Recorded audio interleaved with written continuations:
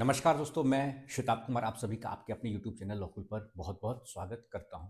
दोस्तों, ज़मीन की रजिस्ट्री को लेकर इतना फर्जीवाड़ा हो रहा है कि आए दिन लोग परेशान रहते हैं। मुझे लगा जल्द ही क्यों ना इस पर कोई वीडियो लेक्चर बनाया जाए। इसकी जानकारी आपको होनी चाहिए। इतनी ज़्यादा परेशानी बढ़ गई है।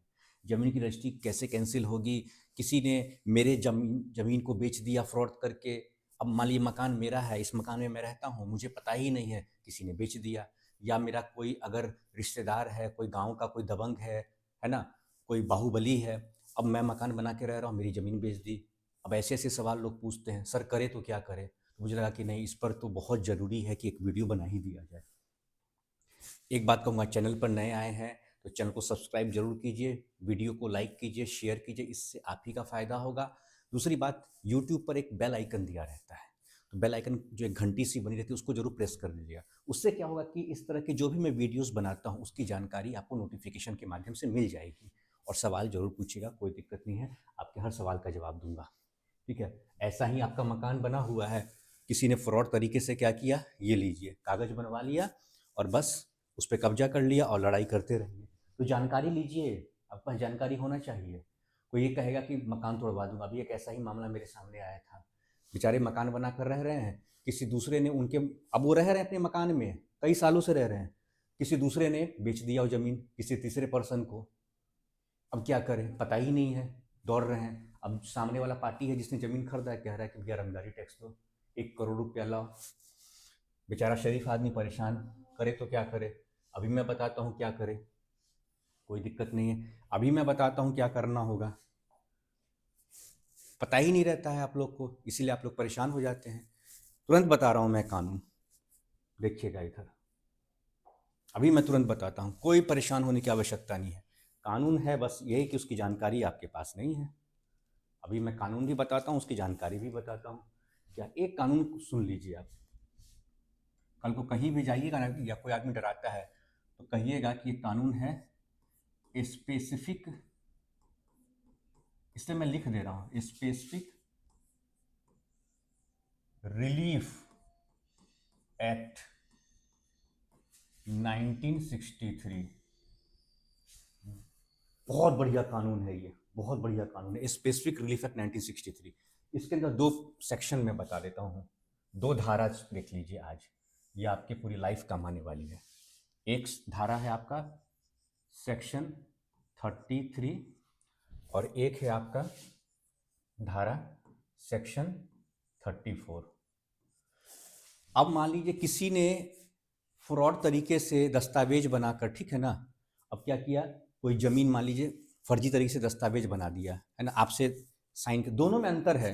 यह कब होगा, जैसे मान लीजिए कि मेरी ज़मीन है, समझिए बात, मेरी ज़मीन है और किसी ने क्या किया कि कहा कि ठीक है आप एग्रीमेंट कर लीजिए और उसके बाद ज़मीन मेरे नाम से कर दीजिएगा, मैं आपको कुछ पैसा अभी दे देता हूँ। मान लीजिए तय हुआ कि भाई 20 लाख में ज़मीन बिकेगी, उसने मुझे 2 लाख रुपया दे दिया, एग्रीमेंट करवा लिया और फिर ज़मीन रजिस्ट्री के दिन आकर कहता है कि अरे ज़मीन अभी रजिस्ट्री कर दीजिए, बाद में पैसा दे दूंगा मैं। और क्या किया, आपके खाते में पैसा उसने दिया ही नहीं, दस्तावेज पे लिखवा लिया।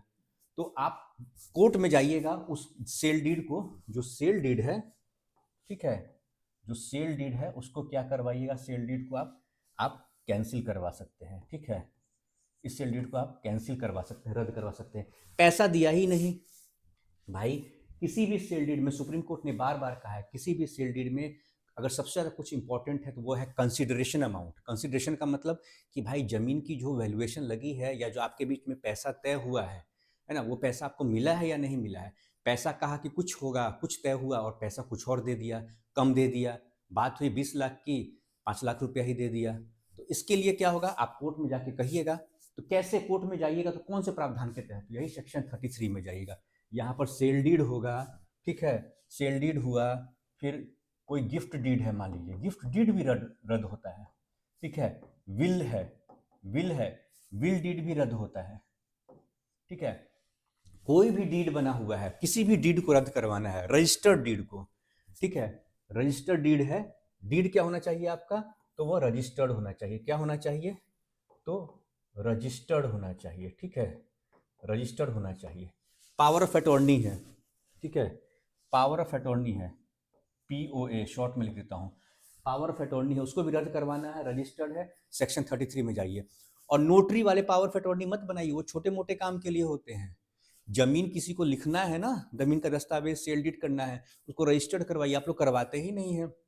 Section 17 of Indian registration act में साफ साफ कहा गया है, आप रजिस्टर्ड ही नहीं करवाते, करवा लीजिए, बाद में दिक्कत होगा, कल को कोर्ट में चैलेंज हो जाएगा तो फिर परेशानी हो जाएगी वहां पर। तो ये सेक्शन 33 में आप जाइएगा, गिफ्ट डीड रद्द करवाइएगा, केवाला रद्द करवा सकते हैं आप, विल डीड रद्द करवा सकते हैं, पावर ऑफ अटॉर्नी रद्द करवा सकते हैं। ठीक है, अब मान लीजिए ऐसी सिचुएशन अगर आ जाती है जब कोई क्या करेगा, कोई आपकी जमीन जो है, ठीक है, अब मान लीजिए कि मैं इस मकान में रह रहा हूं और यहां तो तब आप रद्द करवाने जाइएगा सेक्शन 33 में जब आप खुद उसमें डायरेक्टली हैं, मतलब आप जमीन लिखे हैं और सामने वाला जमीन खरीदा है, जब जमीन खरीदा लेकिन आपको पैसा नहीं दिया, ठीक है, या फिर आपने गिफ्ट किया, गिफ्ट उसको दिया लेकिन गिफ्ट में कुछ कंडीशन तक, भाई तुम मेरा सेवा करोगे, मेरा ध्यान रखोगे, लेकिन वो ध्यान नहीं रख रहा है, आपका सेवा नहीं कर रहा है, उसको आप रद्द करवा सकते हैं, उसमें आप डायरेक्टली शामिल हैं।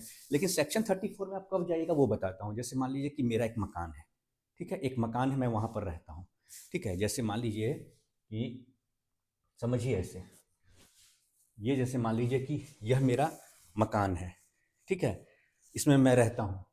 अब मुझे पता नहीं है, मैंने किसी को जमीन लिखा भी नहीं है, किसी को बेचा भी नहीं है, ठीक है, किसी को केवाला भी नहीं किया है, लेकिन मेरे ही नाम से कोई फर्जी कागज बना के, या फिर मेरा कोई भाई या मेरा कोई रिश्तेदार, मेरा कोई चाचा, कोई भी आदमी हो सकता है, फर्जी तरीके से क्या किया कि मेरे जमीन को किसी दूसरे आदमी को बेच दिया।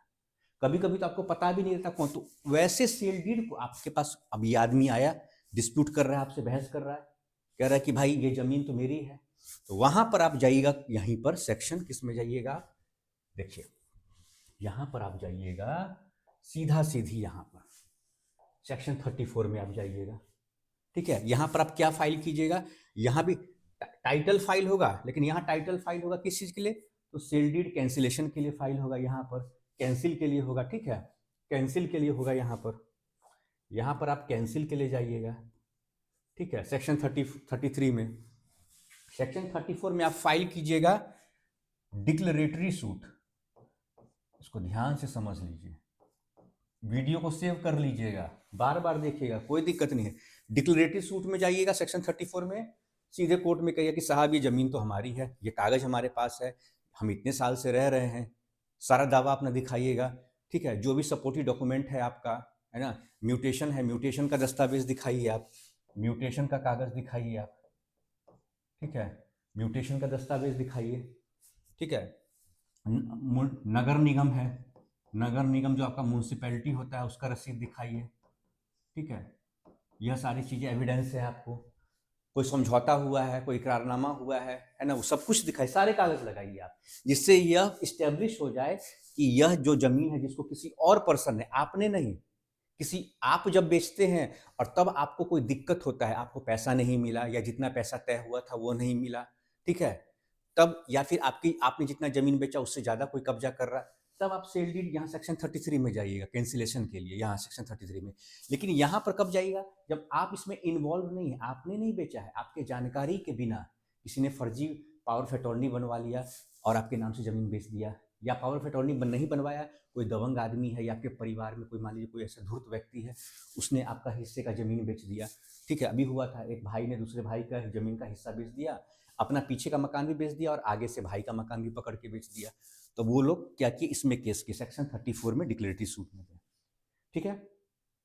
इन बातों का आप ध्यान रखेंगे, कोई भी सवाल होता है सवाल जरूर पूछिए, और चैनल आपका है, आपके बिना सपोर्ट के यह चैनल मैं बहुत दिन तक रन नहीं कर पाऊंगा, इसलिए आपका सपोर्ट चाहिए ही चाहिए।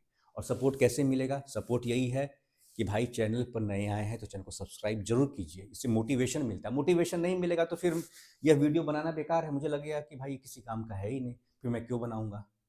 ठीक है दोस्तों, तो आज का लेक्चर यहीं पे कंक्लूड करता हूँ, तब तक के लिए नमस्कार।